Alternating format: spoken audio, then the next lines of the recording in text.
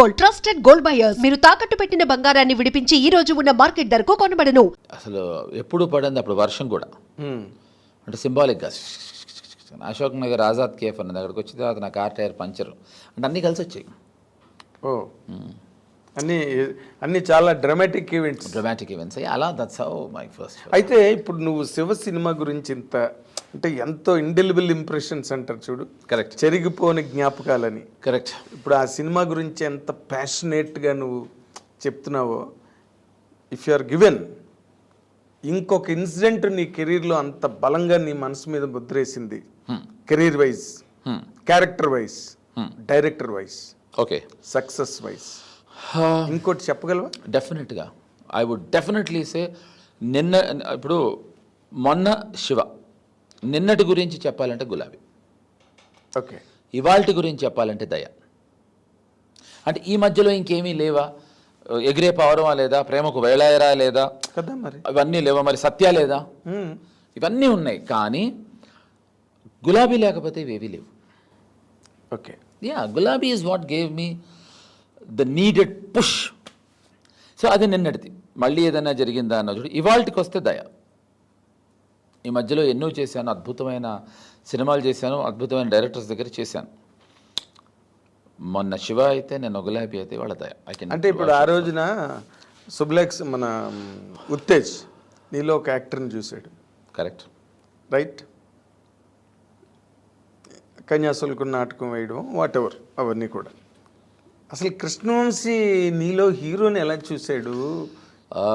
నాకు ఇప్పటికీ గులాబీ ప్రారంభం అవడం తెలుసు, నాకు కరెక్ట్, కరెక్ట్, కృష్ణవంశీ డైరెక్టర్ అవడం తెలుసు. And by the way I'm sorry to stop, మేము ఇద్దరం దానికి ముందర నుంచి ఫ్రెండ్స్, సో కాబట్టి అతనికి నా గురించి బాగా తెలుసు. అడుగు ఇప్పుడు. అదే, ఇప్పుడు అవన్నీ నాకు తెలిసి, నాకు అప్పుడు కూడా పజిలే అది.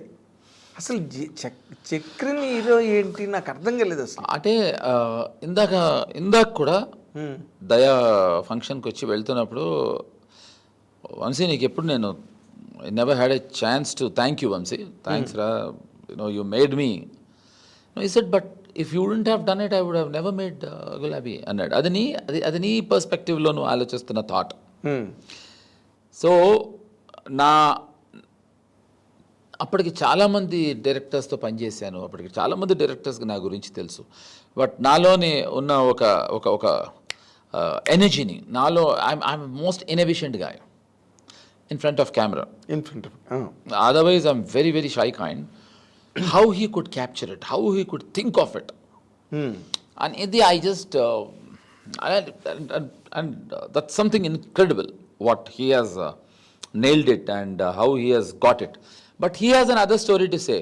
Because of your energy, because of your trust and talent నేను చేశాను రా అంటాడు. అది తెగి వచ్చేది కాదు. అది అంటే తను ఏం చేసాడో తెలియదు కదా. థ్యాంక్స్, నీ వల్ల నేను ఇవాళ of course base is my guru Ram Gopal Varma. ఆయన రాము గారు లేకపోతే అసలు వంశీ లేడు, అంతేగా. సో ఆయన నాకు what ever he could do more than that he Hess done, but what ever I can do Vamsi Hess made me do it the way it has to be done. చాలా తేడా ఉంది రెండింటికి.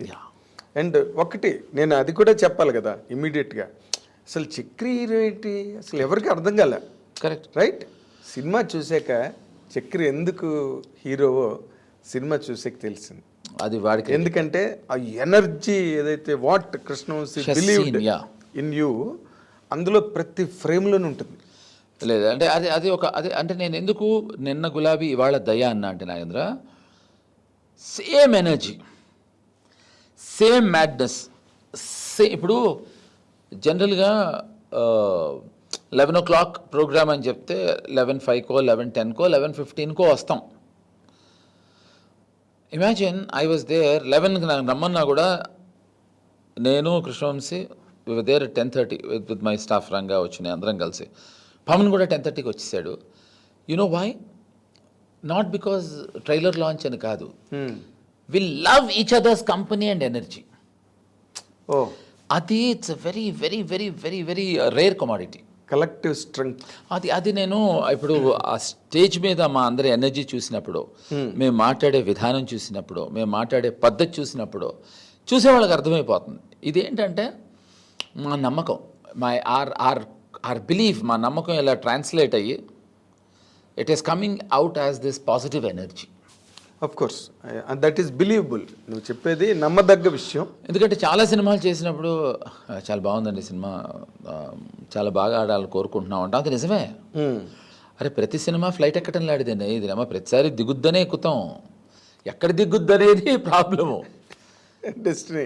ప్రొడ్యూసర్కి ఇంకెక్కడ దిగుద్దు అనేది వాడికి తెలుస్తుంది సినిమా రిలీజ్ అయిన తర్వాత, దిగటం అనేది తథ్యం. కానీ ఒక్కటి అంటే